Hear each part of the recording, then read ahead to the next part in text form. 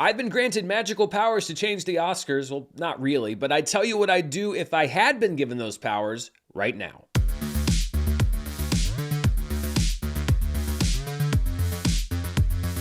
Hello everybody, I'm Dan Murrell, here with the latest in my series of If I Ran videos, where I take on the throne of running various different things around the entertainment industry. And today we're taking on one of my favorite things, but also one of my favorite things to complain about every year, which is the Academy Awards. It seems like year in, year out, it's a love-hate thing because I love movies and I love the idea of the Academy Awards so much, and yet there's so much about the system and the show that I think could use a little bit of tweaking. So in this hypothetical world, I have been granted full control over the Academy of Motion Pictures Arts and Sciences, and no, I'm not going to use my power to give Toni Collette an Oscar first. I'll do that last after I do all of this other stuff. But before we get to that, I have a laundry list of changes that I would do if I were given control over the Academy Awards ceremony. And let's start with some behind the scenes changes. We'll look at some changes to the show itself, but I think there's some tweaking that you could do as far as the voting and everything else before anybody even watches the show.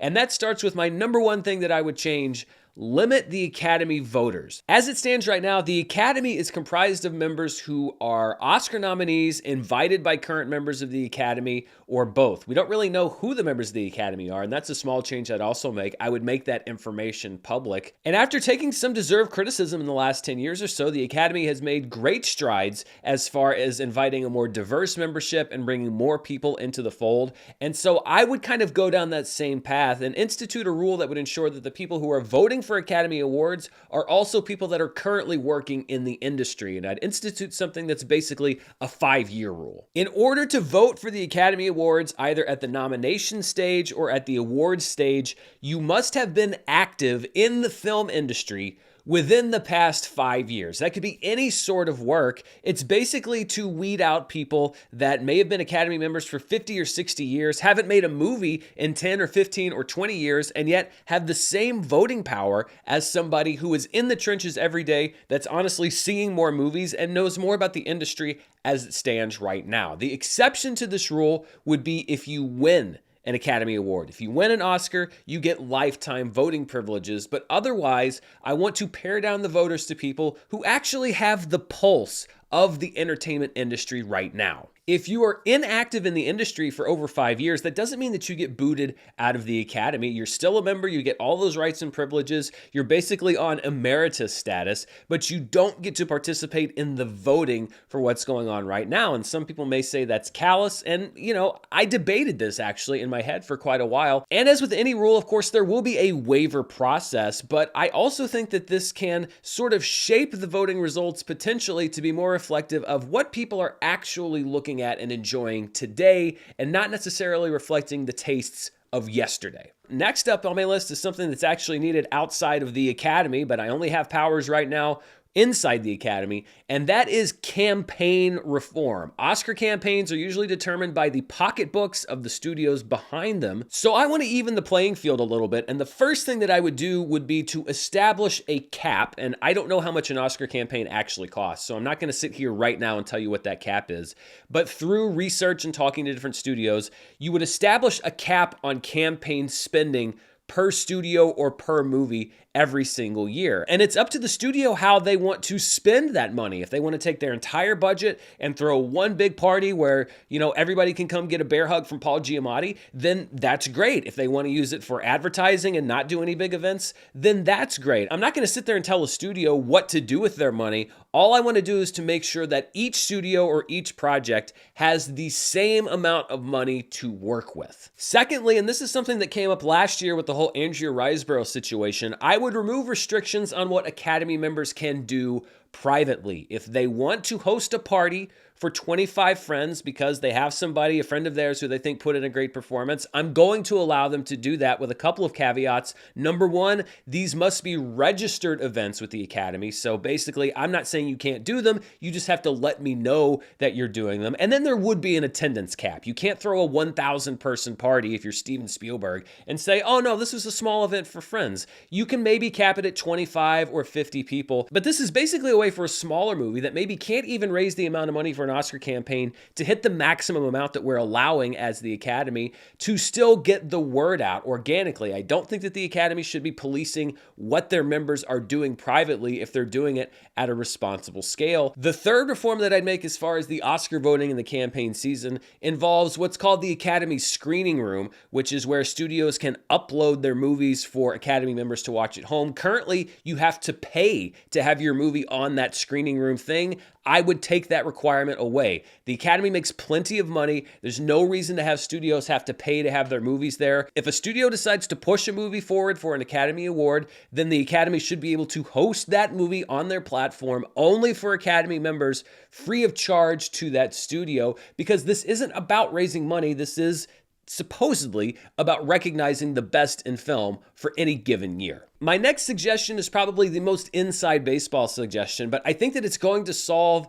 an issue that's existed within one of the categories at the Oscars for a very long time, and that would be to revise the international film rules. As it stands, each country submits one film as its designated nominee for Best International Film, and that is the only film that can be considered in that category from each country. Usually that system works, but sometimes we have a case like this year where France chose a movie other than Anatomy of a Fall to be their designated nominee for Best International Feature.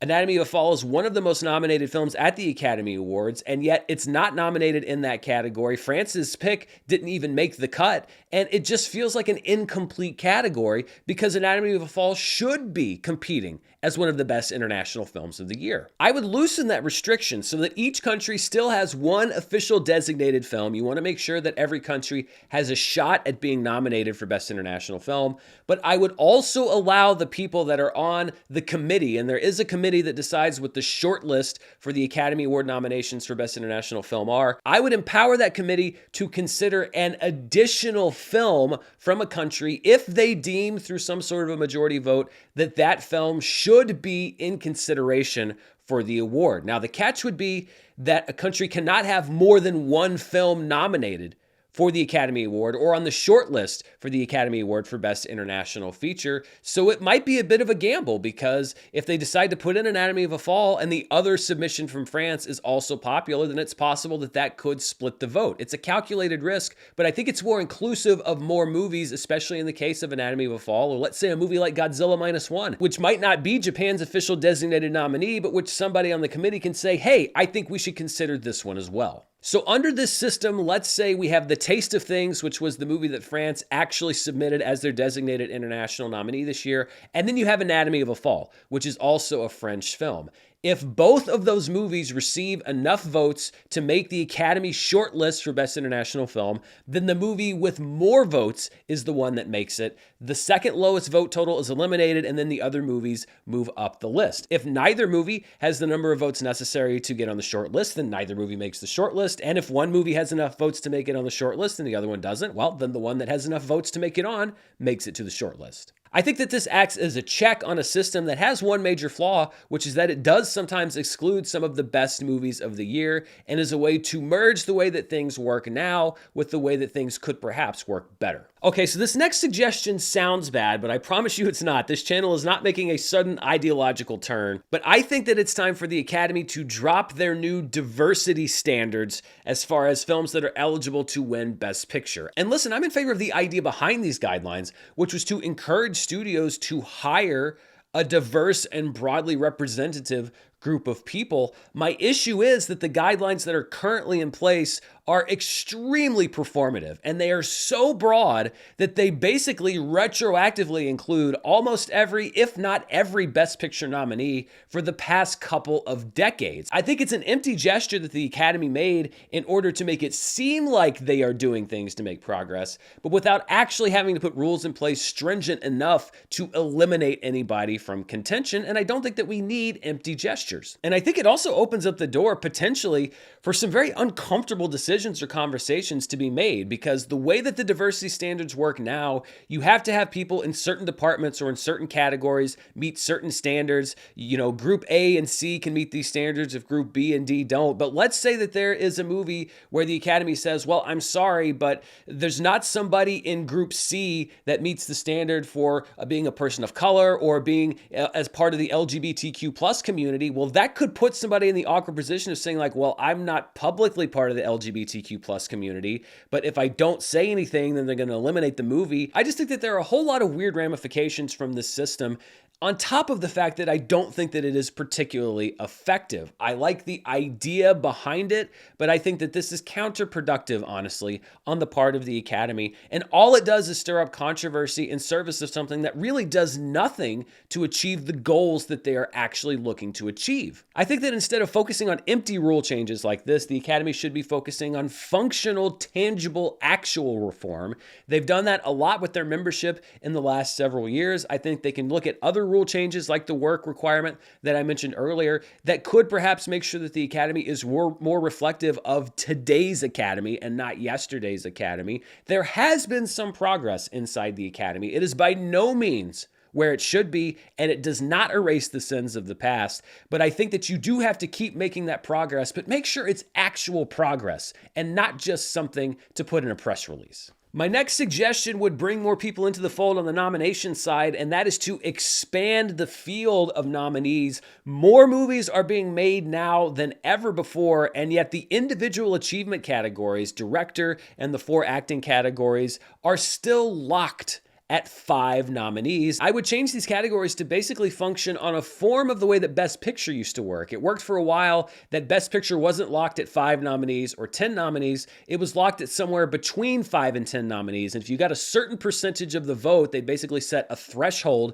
as far as the percentage of the vote that you got, then you would be in the nomination field unless it exceeded the maximum number of nominees. So basically for the 4 acting categories and then Best Director, I would lock the field at a maximum of 8 nominees and a minimum of 5 nominees. And I would say, let's say 10% of the vote is the threshold. If you get more than 10% of the vote, then you are automatically elevated to the nomination list unless there are more than 8 people that got 10% of the vote, and then it would be the 8 highest vote getters overall. Now, if only 5 nominees got 10% of the vote, then you'd have 5 nominations that year. If 7 nominees got 10% of the vote, then you'd have 7 nominations that year. That's why you cut off at a certain threshold the number of nominations. So it would flex a little bit from year to year, but you're also guaranteed to get, I think, more of the actual top contenders nominated each year instead of arbitrarily locking it at 5, which doesn't take into account whether it's a strong or a weak field in each category from year to year. Last year, for example, in the Best Actress category, I think that it's likely that a threshold system that would allow between 5 and 8 nominees would have allowed for the inclusion of Andrea Riseborough into Leslie, obviously because she was one of the top 5 vote getters. But my guess is, by the votes that came in, it would have also included either Viola Davis and Danielle Deadwyler, or perhaps both of them in the Best Actress race. So you could have had the inclusion of those 2 actresses that were left out last year, as well as the underdog story of Andrea Riseborough getting the nomination. And I think that that's something that kind of makes everybody happy. You're allowed to make a little bit of history. You still have this story that's not tainted by the fact that it came at the expense of 2 other actors who didn't get nominated. What's so wrong with putting in more people that the Academy deems are worthy of a nomination? If Greta Gerwig got 11% of the vote this past year and Justine Triet got 12% of the vote, well, let's include them both, because obviously the Academy feels almost as strongly about the 2 of them. And if Greta Gerwig didn't make the cut, if she didn't get the number of votes that would be the threshold, well, then you know that it wasn't because she was just shut out because of a small field of nominees. As long as the threshold for getting nominated is meaningful, and I think it would take a lot of study and looking at the voting results to decide what the threshold should be, then I don't see a problem with having a little bit of variability. And all it does is invite more people to the party, and I don't think there's anything wrong with that either. My next few suggestions concern the categories at the Academy Awards, always a hotly debated topic. Just this past week, the Oscars added a category for for casting and casting directors, which is really not a surprise because casting does have its own branch at the Academy, which has been lobbying the Academy to get their own category. Well, I think that there are some other categories that should be added, and mostly from people that don't have their own branch in order to lobby for an Academy Award. And the first category I would add is one that I think should have been added a long time ago. A lot of other people think so too, and I was actually surprised that this wasn't the category that was added to the Oscars. We are going to add a category for stunt performers. We have Oscars for sound, camera, visual effects, acting, production design, costumes, hair, makeup, now casting. Why is there still not a category for stunt actors? It is a craft that is as technical as any of the other crafts. It is, I think, as important to the seamless suspension of disbelief as visual effects are. And so let's stop excluding these stunt performers. This would be for the stunt coordinator or the head of the stunt department. And I've heard the arguments that say, well, if you add a stunt category, then stunt actors, stunt performers, and stunt coordinators are going to start performing more dangerous stunts in order to win the Academy Award every year. And to me, it's like, well, have you seen what stunt performers are doing right now? I don't know how much more dangerous you can legally get than what the stunt performers are currently pushing the envelope doing. Let's get them a seat at the table. Let's add this category at the Academy Awards, and let's make them feel as valued as so many of their other peers have felt valued by the Academy. Next up, I would add a category for young actors. This is for actors that are under 21 years of age. And I want to be clear that I don't think that acting as a craft is any different for talented young actors than it is for older actors, and I don't think that they should be treated differently. However, it's increasingly obvious that the Academy does treat them differently, with very few exceptions. So if they're already going to be treated differently, let's give young actors their own category. And when you look at the potential winners over the past, let's say 20 or so years, I think that you also have the opportunity to recognize some of the best performances in film that went sometimes nominated by the Academy but not awarded, and sometimes not even nominated by the Academy at all. Of course, I'm talking about Haley Joel Osment in The Sixth Sense, Haley Steinfeld in True Grit, Quvenzhané Walls for Beasts of the Southern Wild, Jacob Tremblay for Room. This year, I think that Milo Machado-Graner and Dominic Sessa should have been nominated for this Academy Award. If the Academy's not going to treat these actors on the same level as their peers, then let's give them their own category. And I don't think that you're going to have a problem each year filling this category with talented actors and performances that are just as good as the ones that are nominated in the other categories. This might be my most controversial suggestion for the addition of a category, but I think that it would, in a way, acknowledge that the Academy's history is fluid and ever-changing, and that's the addition of something that I call the Legacy Award, which would be given to one specific film 10 years after its release. And what this is basically intended to do is not to diminish the movie that won Best Picture, but to acknowledge a movie that over the past decade has established itself as having a lasting legacy in film. So if you go back 10 years, for example, 12 Years a Slave won the Academy Award for Best Picture, and I think deservedly so. I'm not looking to lessen or diminish that win in either way, but when you look at other movies that came out the same year as 12 Years a Slave, you've got movies like Frozen and Gravity, The Wolf of Wall Street, Fruitvale Station, even a horror film like The Conjuring, all of which have had lasting, long legacies, have influenced the world of film, introduced us to filmmakers like Ryan Coogler so many years later, and weren't recognized for Best Picture by the Academy at the time. And while Best Picture winners aren't necessarily disqualified, if it's deemed that 10 years later, the Best Picture winner that year has the best legacy, then it could win that award. Imagine retroactively looking back at movies that didn't win Best Picture. For example, in 2005, where you would have been looking back at film year 2004, imagine a competition between Pulp Fiction and The Shawshank Redemption for the Legacy Award. Not that Forrest Gump doesn't have a legacy, but those two films really had such a lasting impact past the years that they were released when they didn't win Best Picture. I think that this would be a way to re-examine the films from the past. I think it would be a way to get people energized and excited about movies that would then be a decade old. And I think it would be a way to acknowledge the filmmakers and the people who made these films, that even though they didn't take home the top prize, perhaps, they could still be recognized for their achievement 10 years down the road.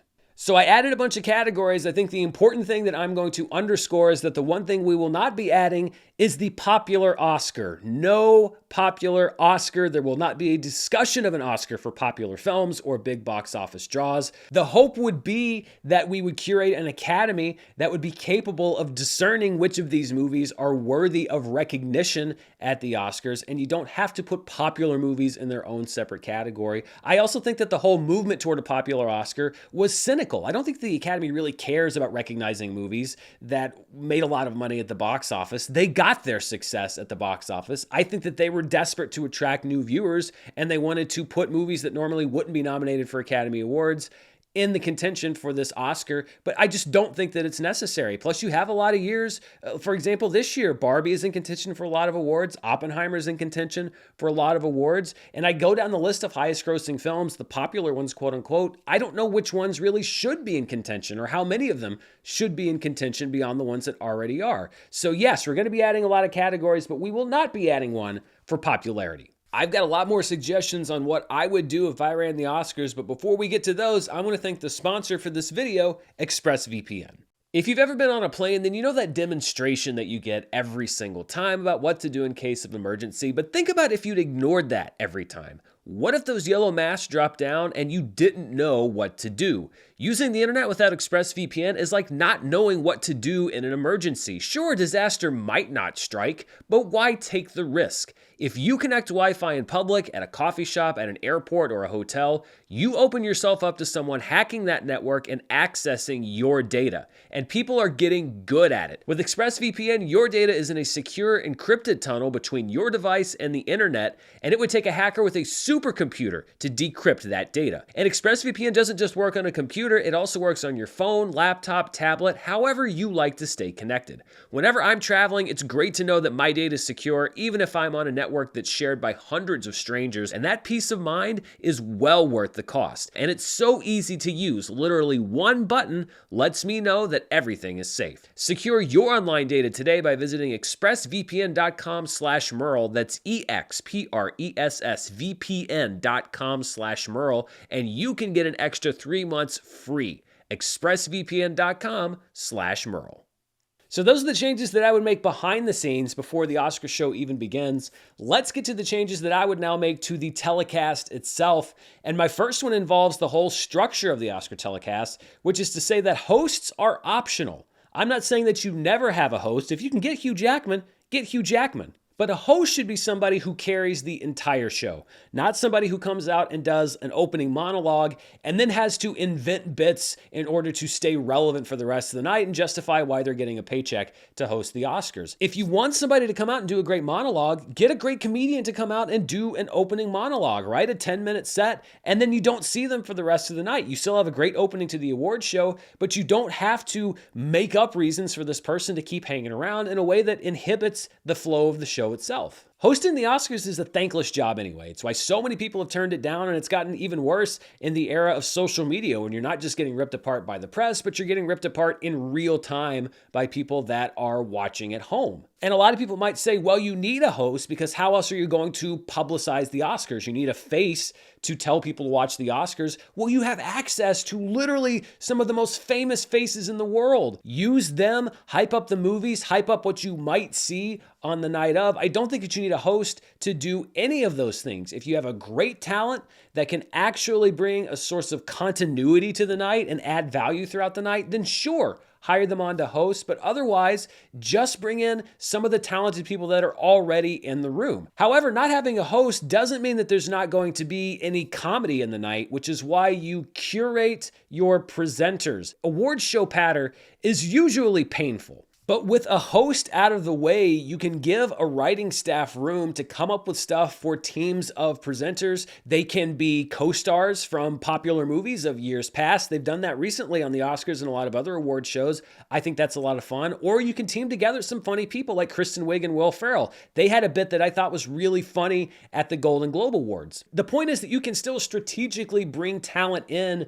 to inject the Academy Awards with life and humor without having to saddle one person person with that entire job. It keeps the awards show flowing. It keeps a sense of variety coming and maybe people watching because they don't know exactly what's next. And it keeps the show interesting, which is something that most Oscar shows, quite frankly, need, especially about halfway through. And when we talk about the length of the show, I know I just suggested the introduction of a few different categories. Well, I think that that's going to necessitate one thing. And again, I think this will be controversial, but you have to make tough decisions sometime. And I've been given hypothetical power as the head of the Academy, which means that I'm going to take all the criticism for this decision without the benefit of it actually happening. But I would move the awards for shorts off of the Academy Awards telecast. And that's not to say that the artists behind the short films are not filmmakers. They are just as much as the artists that are making feature films are. But I think that it makes sense to have the Academy Awards telecast be the one that celebrates feature filmmaking every year. Now, I'm absolutely not saying that the Academy should stop giving out awards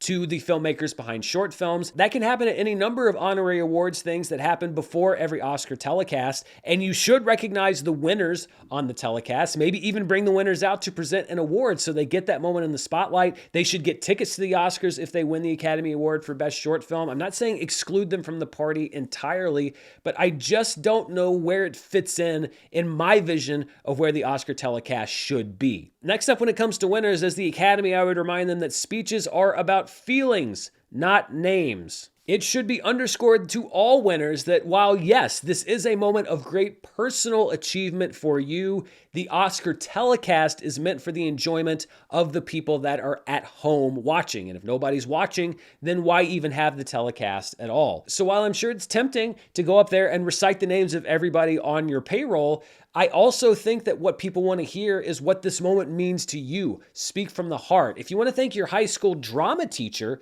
that's fine. But if you want to thank your lawyer, your agent, your publicist, your manager, your nutritionist, and all of the people that are paid to help you throughout the industry, well, I'm sure, first of all, that they know that you're grateful. Secondly, you can thank all of them later that night. And thirdly, you just won an Academy Award. So my guess is that all of their rates are going up because you can start charging more to be in movies. So isn't that the best kind of thank you? Genuine emotion is what we're going for here, whether you're a first-time winner or you're Meryl Streep or you've been nominated 20 times. We want to know what this moment means to you, not what it means to a list of people that nobody's ever heard of.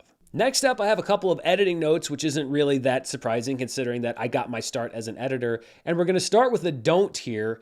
Don't show clip montages. The Oscars are about celebrating the movies of this year, not previous years. While it's nice to take a break and look back at the legacy of dogs on film, I also think that the Oscars are about the new classics that are being made today, not the 27th look at Judy Garland saying, "I don't think we're in Kansas anymore" in The Wizard of Oz. Here, though, we have a do when it comes to editing. Do show clips of the nominated films. The Oscars are here to celebrate, but also to educate. So, for example, instead of running off the names of all the nominees for Best Production Design or Best Sound, come up with a video package that actually shows people at home what those categories are for and why people are winning those Oscars. Do a feature where you show a scene before and after the sound pass. Do a feature where you show the production designer at work. There are behind the scenes crews on almost every movie at this point. Why is it important that they win the Academy Award? Why is it important that their job is recognized? Because it is important. Educate people about these categories. And by the way, if you educate people about what the categories are and why it's important that people be recognized, then they're going to start caring more about those categories instead of just seeing them as filler between the quote-unquote big awards at the beginning and the end of the ceremony. One uncommon thing here as I revise the Academy Awards is that I'm actually going to go back to the way that the Oscars used to do something, and that's to bring back the televised honorary Oscar. Did you know that in the last 10 years, Hayao Miyazaki, Jackie Chan, David Lynch, Samuel L. Jackson, and Angela Bassett all received Oscars? I bet you didn't know that because a little over 10 years ago, the Academy Awards stopped televising the presentation of the honorary Oscar that was given out every year to a director or sometimes to a composer or to an actor. Some of them were Academy Award winners. Some of them have never received an Academy Award before. Well, I am rolling the clock back, and I am bringing that back to the telecast. Now, it may cut down on the number of honorary Oscars that the Academy gives out, or they may have to decide if they select one to be televised, or maybe they do an abbreviated presentation where they bring out the 2 or 3 people that they decide every year to give an honorary Oscar to. But this is something that I think was cut for the sake of quote unquote cutting the show down, that actually cuts something out that people want to see. Stars getting awards is actually one of the things that people at home enjoy seeing, especially stars that perhaps have been overlooked their entire careers for Academy Awards. Let's put them back front and center on the telecast and show people at home another way that the Academy decides to honor those who have done distinguished and outstanding work over the decades.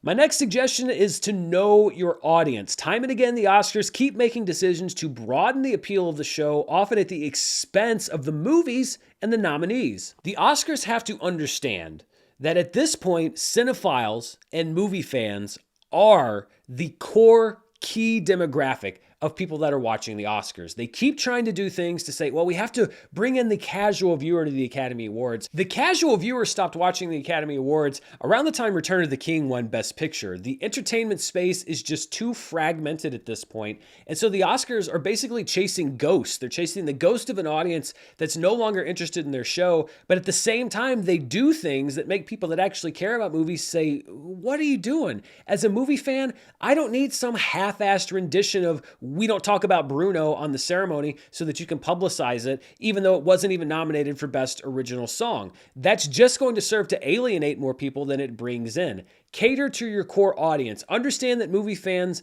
love this show. They're going to watch the show every single year. And by the way, if you institute some of these other changes, then I think organically it might already start bringing in people who tuned out because they don't like the way that the telecast was going. This next suggestion is hyper-specific and only really applies to one Academy Awards ceremony, but it was a decision that was so stupid that I think it has to be codified.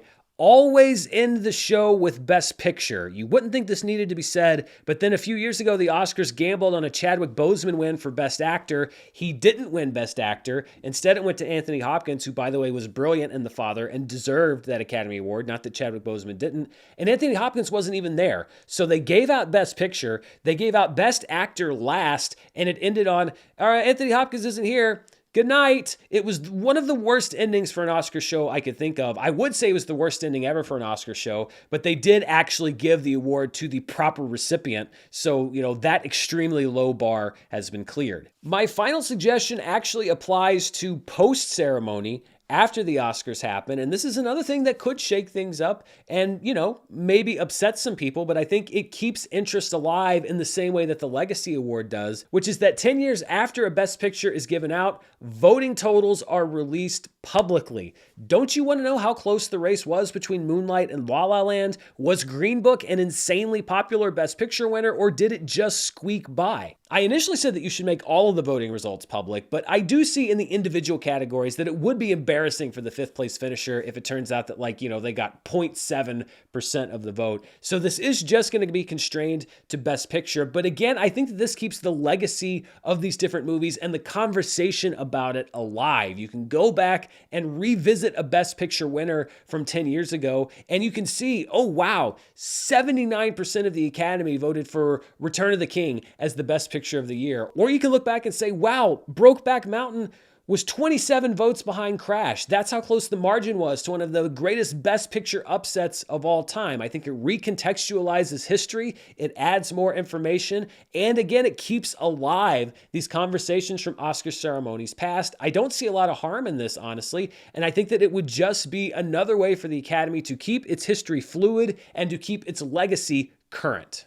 So those are my suggestions for what I would do if I ran the Academy Awards. What do you think? Are there any changes that I didn't make that you would make? Do you think that some of my changes are dumb? Let me know down in the comments below. And as always, thank you so much for watching here on the channel. Stay tuned right here for more movie news, reviews, box office, and of course, awards coverage as we get closer to Oscar night. Thanks for spending part of your day here with me. Until next time, stay safe, and I'll see you then. Bye.